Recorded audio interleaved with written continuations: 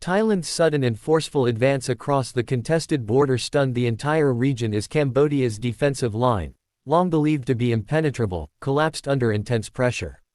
What began as a series of probing maneuvers quickly escalated into a full-scale assault, culminating in the capture of two strategically vital Cambodian strongholds.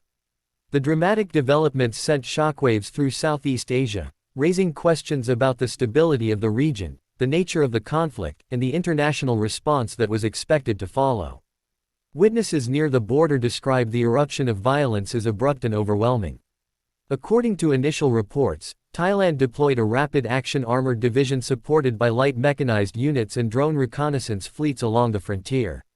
Thai military planners appeared to have studied the terrain carefully, launching their offensive at dawn when visibility was favorable, but Cambodian sentry units were still reorganizing their night positions.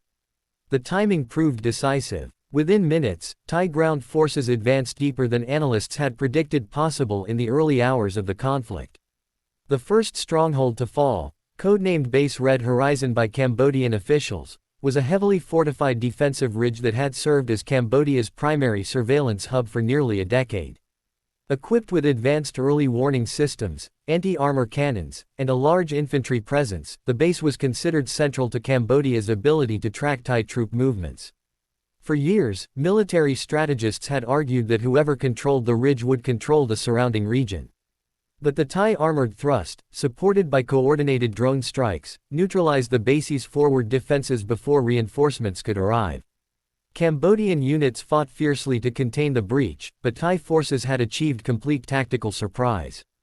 Mobile artillery batteries positioned several kilometers behind the front unleashed a calculated barrage, dispersing Cambodian infantry formations.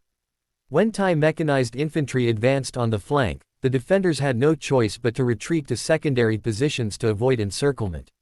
The loss of Red Horizon shattered Cambodia's early warning capability and created a gap in their defensive line wide enough for Thai forces to exploit rapidly.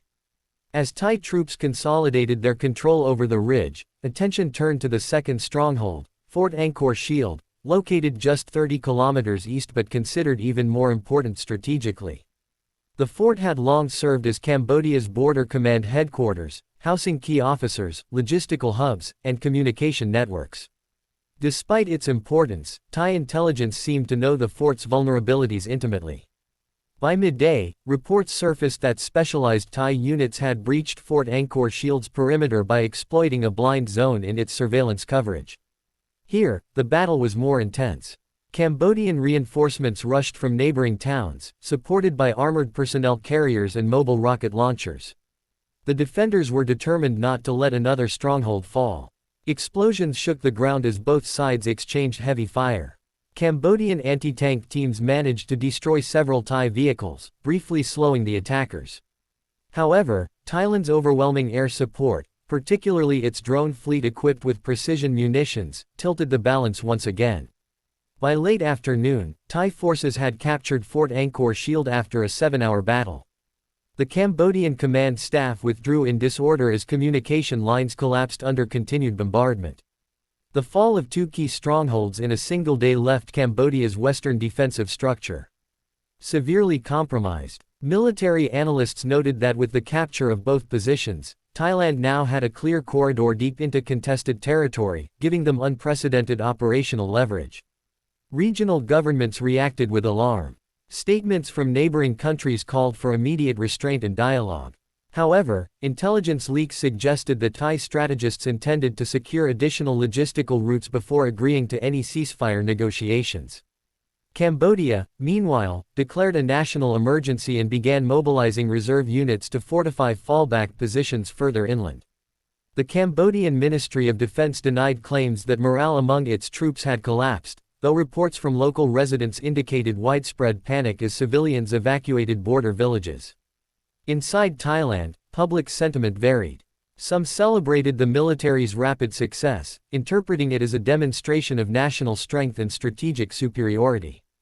Others expressed concern that the conflict could escalate beyond the border, leading to broader instability. Several political commentators argued that the government needed to clarify its long-term objectives before the situation spiraled out of control. The sudden nature of the offensive had caught even Thailand's parliament off guard, prompting an emergency session to discuss the implications of the conflict. International human rights organizations began raising concerns about civilian casualties. As Thai forces expanded their presence, several Cambodian communities found themselves caught in the crossfire. Eyewitness accounts described homes destroyed by artillery fire, families fleeing through forests, and emergency shelters overwhelmed by displaced residents. The lack of safe evacuation routes made the humanitarian situation even more precarious. Aid groups called for immediate corridors to allow civilians to escape safely, but continued fighting hindered these efforts. Strategic analysts observed that Thailand's decision to seize the strongholds likely stemmed from long-simmering tensions over border demarcations and historical disputes about resource-rich zones.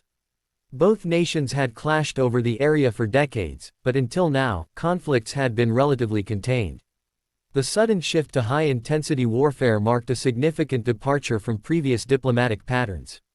Observers speculated that Thailand aimed to force Cambodia into a negotiating position that favored Thai territorial claims. Cambodia responded by redeploying elite units from the capital toward the front.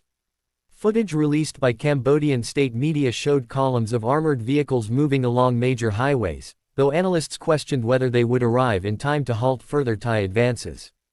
Satellite imagery revealed that Cambodia had set up new defensive perimeters deeper inside its territory, indicating preparations for a prolonged conflict.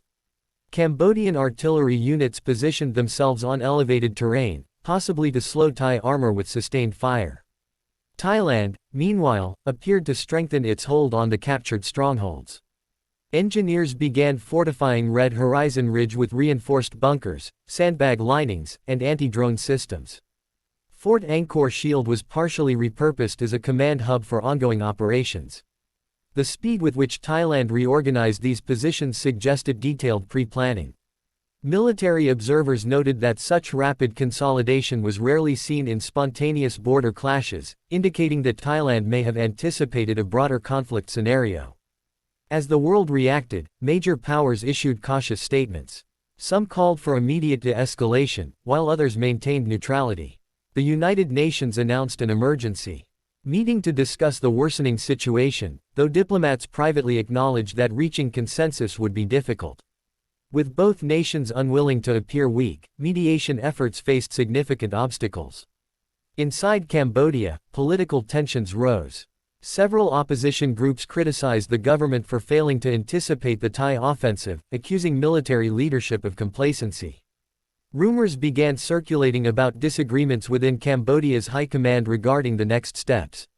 Some advocated for rapid counterattacks to reclaim lost territory, while others urged a defensive approach to prevent further casualties. Cambodian state television attempted to maintain public morale, broadcasting messages of unity and resilience, though the anxiety among citizens was palpable. On the ground, the situation remained fluid.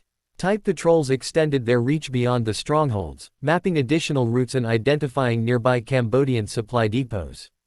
Cambodian forces launched sporadic counter-raids, some of which briefly pushed Thai units back before being repelled by reinforcements. Skirmishes erupted across forested areas, where dense vegetation complicated drone surveillance. Both sides dug trenches and established temporary forward positions, anticipating further clashes. Despite the grim circumstances, diplomatic backchannels reportedly began exchanging messages. Advisors suggested that Thailand might be open to halting its advance if Cambodia accepted certain territorial adjustments. Cambodia, however, insisted on the complete withdrawal of Thai forces before any negotiations could take place. With neither side willing to concede, the likelihood of a ceasefire seemed remote.